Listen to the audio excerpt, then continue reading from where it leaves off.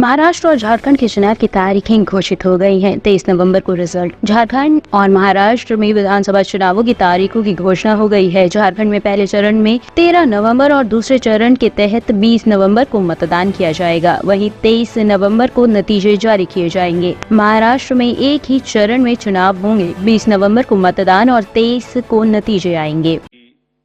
Notifications, date of notifications are in front of you. 22nd October would be date of notification.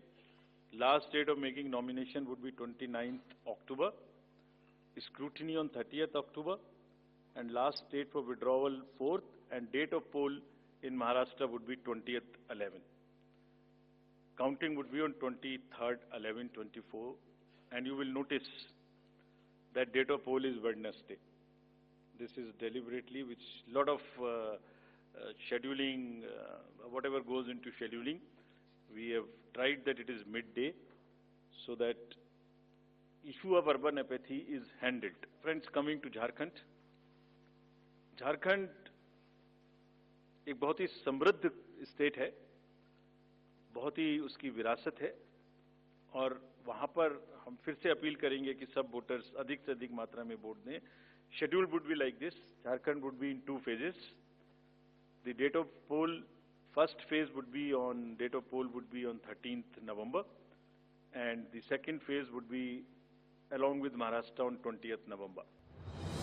The date of issue of notification for Jharkhand phase 1 would be 18th, and for phase 2 would be 22nd, along with Maharashtra. Nominations for phase 1 would be till 25th of October, and for phase 2, 29th. This guide will be shared with everyone. And date of poll would be 13th November and 20th November, both Wednesdays. Date of counting would be 23rd 11, that is Saturday.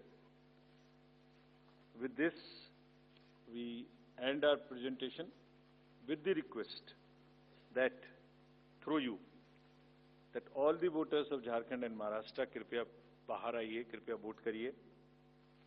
Lucknow Agra express way पर भीषण सड़क हादसा, 44 घायल, 10 की हालत गंभीर। UP के कन्नौज जिले में लखनऊ आगरा एक्सप्रेस वे पर देर शाम को भीषण सड़क हादसा हो गया। यहां बिहार से पंजाब जा रही स्लीपर बस अनियंत्रित होकर डिवाइडर से टकराकर पलट गई। हादसे में 40 लोग घायल हो गए हैं। घायलों को पास के अलग अलग सरकारी अस्पतालों में भर्ती कराया गया है, जहाँ 10 की हालत नाजुक होने पर इलाज के लिए हाया सेंटर भेजा गया। बस पलट गई है।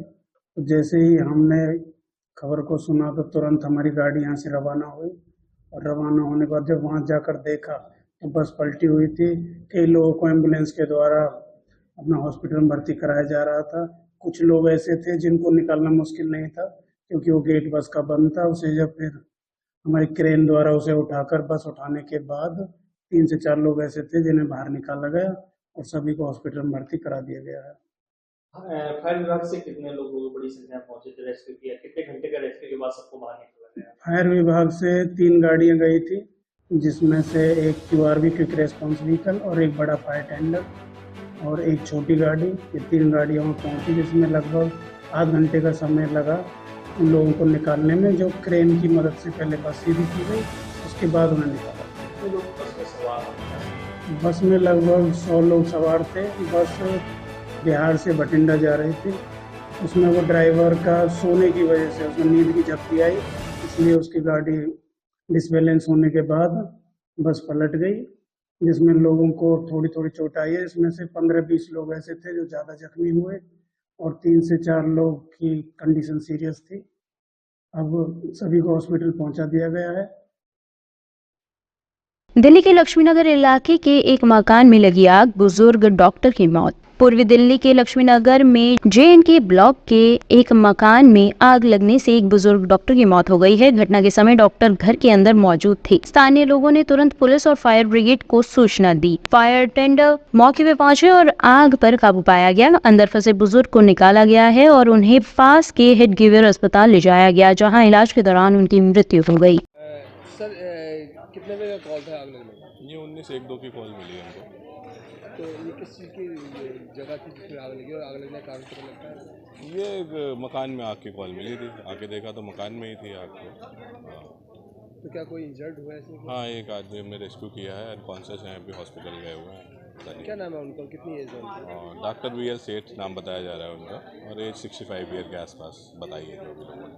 तो आग बुझाने के लिए कितनी गाड़ियों का इस्तेमाल किया? अभी हमारी 2 गाड़ियाँ आई हुई थी, गाड़ी थोड़ी सी मुश्किल से आ पाई यहाँ तक है, बाकी आग बुझा दी गई।